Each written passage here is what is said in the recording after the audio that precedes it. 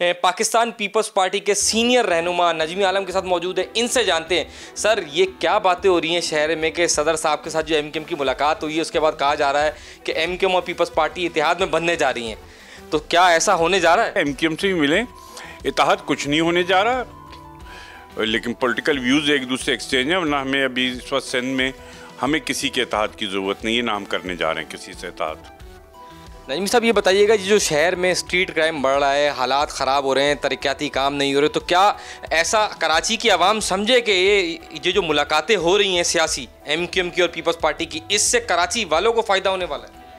इन मुलाकातों से फ़ायदा या नुकसान की बात नहीं। मुलाकातें, आज हमारी कैबिनेट की मीटिंग थी कराची में के सिंध पुलिस के हवाले से, लॉ एंड ऑर्डर के हवाले से बहुत बड़े पैमाने पे गाड़ियों का, इन तमाम चीज़ों की कैबिनेट ने अप्रूवल दी है, जिसके बाद यकीनन से पुलिस के जो पास जो मज़ीद उस मुस्तहकम होगी। इससे पिछले 2 दिन पहले रेंजर्स को भी दोबारा इख्तियारात बढ़ाए गए हैं और लॉ एंड ऑर्डर को बेहतर करने की कोशिश कर रहे हैं। हाँ, ख़राब हैं, लेकिन अब उसको हम बेहतर करने की कोशिश कर रहे हैं। और इसीलिए मैं 2 दिन की लास्ट कैबिनेट मीटिंग्स की, परसों की और आज की बता रहा हूँ कि उसमें पुलिस को की जो भी डिमांड थी गाड़ियों की, इसकी, वो सारी उनको प्रोवाइड की गई है ताकि ज़्यादा गश्त हो सके, ज़्यादा पुलिस एडवांस अपना काम कर सके। गाड़ियाँ पुरानी हो गई हैं, उनको बहुत बड़े पैमाने पर गाड़ियाँ दे रहे हैं इसीलिए कि वो अपनी कार्रवाई कर सकें। तो हम लॉ एंड ऑर्डर सही कर देंगे इंशाल्लाह।